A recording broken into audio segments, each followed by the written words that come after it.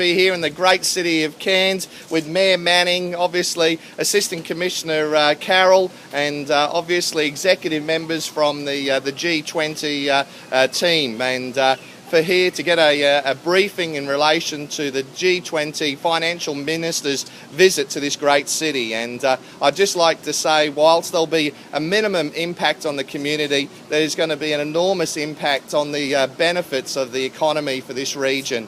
We will see many thousands of visitors, from financial ministers to staff to the world's media, come here to showcase Cairns. And I really do ask the community to get on board and take this opportunity to show the world just how great Cairns and Cairns region is. And we all know what a special place it is, but this is a time for Cairns to shine to the rest of the world. We're well ahead of our planning, and I've got Assistant Commissioner Carroll here to say a few words. Thank you, everybody. I'm sorry, and to welcome home back to Cairns. Very good. It is nice to be home and back in Cairns, and as you know, I'm in charge of G20 planning and operations, and for the delivery of the security for Cairns for the 20th and the 21st of September. What you will notice when we do come up here and assist the local police with securing this environment for the Finance Minister's meeting is probably some more police than what you would normally see, but certainly we're trying to have minimal impact on Cairns as we can. There will be some probably disruption for the roads around the convention centre, but other than that you should have minimal disruption in the city of Cairns for G20. Yeah, just Mayor Manning, I'll just come in the middle here. And yeah. Look, we're absolutely delighted that people are going to come and disrupt us with this conference. We think it's great. They welcome every day of every week of every month. It's going to be a great thing for the city. Anybody who thinks it isn't, then they're not on this planet. We're going to have 2,000 or so high-powered delegates here. The centre, we will be the centre of attention for that 48 hours. So the publicity, the benefits that go out in terms of positioning this city and this region are absolutely huge. So it's just another facet of a wonderful year we're looking forward to, with ATE, with G20, with news on Aquis, with other exciting things that are happening. So, and look at it today, it's beautiful. Hardly a cloud in the sky, the sun's shining. Hey, aren't we lucky? It's a great place. Terry, any comments? Yeah, Terry Crane, I'm Executive Director of the G20 Co-Ord Unit in the Premier's Department.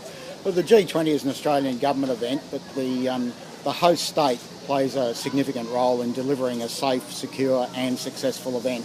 And I guess primarily that's in the hands of the QPS. And can I say that the Queensland Police Service are doing a magnificent job in relation to their planning, and the people of Queensland, and in particular Brisbane and Cairns, as cities hosting meetings of the G20, they're certainly in a safe pair of hands with the Queensland Police Service.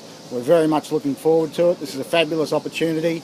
Probably won't come around again for us, but this is our opportunity to shine, and I'm sure we'll do a great job. Thank you. All right, so let's go. Do you want to just do this bit, any questions at all, and then if there's anything else, we'll do it afterwards? Okay, no worries at all. Yeah, any questions at all? You did mention more police officers. Can you go through some of the other security arrangements leading up to this? You might see on during the event? So what you'll see is obviously there's hotels where the finance ministers will be staying in, and also the actual meeting will be taking place at the convention centre. So more police in the terms of some of our specialist units, dignitary protection, bomb searches, crowd management, traffic management. So we're actually bringing those officers from Brisbane, so we don't want to impact business as usual policing in Cairns.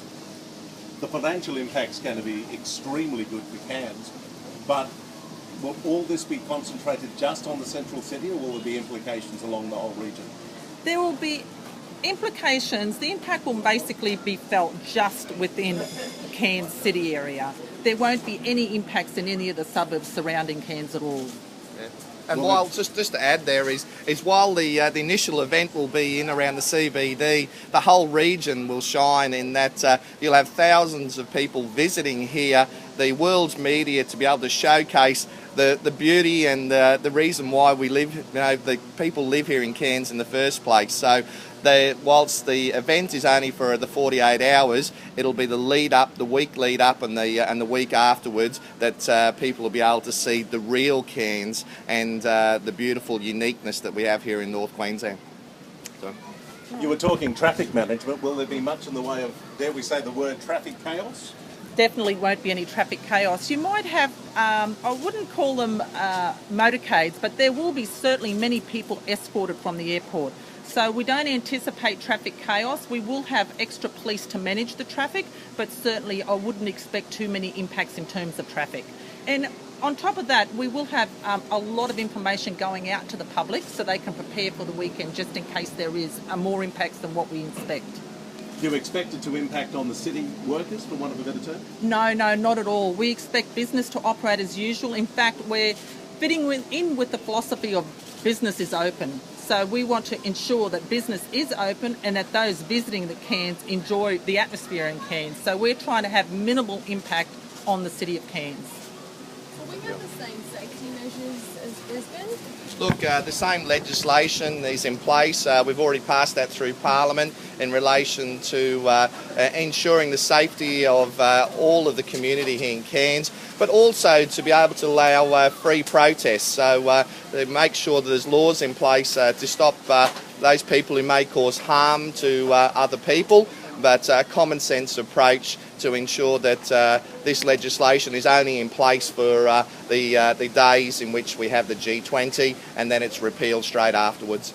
So in Brisbane, convicted criminals won't be allowed to stay in those exclusion zones. Is that the same for Cairns as well? Look, yeah. That's probably incorrect. What there is a declared area as well as a restricted area. So the declared area under the legislation comes in place on the 16th of September.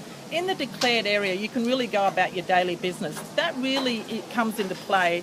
Say, for example, someone is in possession of prohibited items for an unlawful purpose. Other than that, the declared area, everyone should just be going about their business. The restricted area really applies around the convention centre. The only way that people can access that area is that they have the appropriate accreditation from the Commonwealth. So in terms of security, yes, we plan to have this place just as secure as the Brisbane event would be. Very good. If I can just ask you a totally off subject, Yeah. Cyclone Ita, Minister, is the Far North prepared? Look, it certainly is, and I was actually at the SES new headquarters that are being constructed.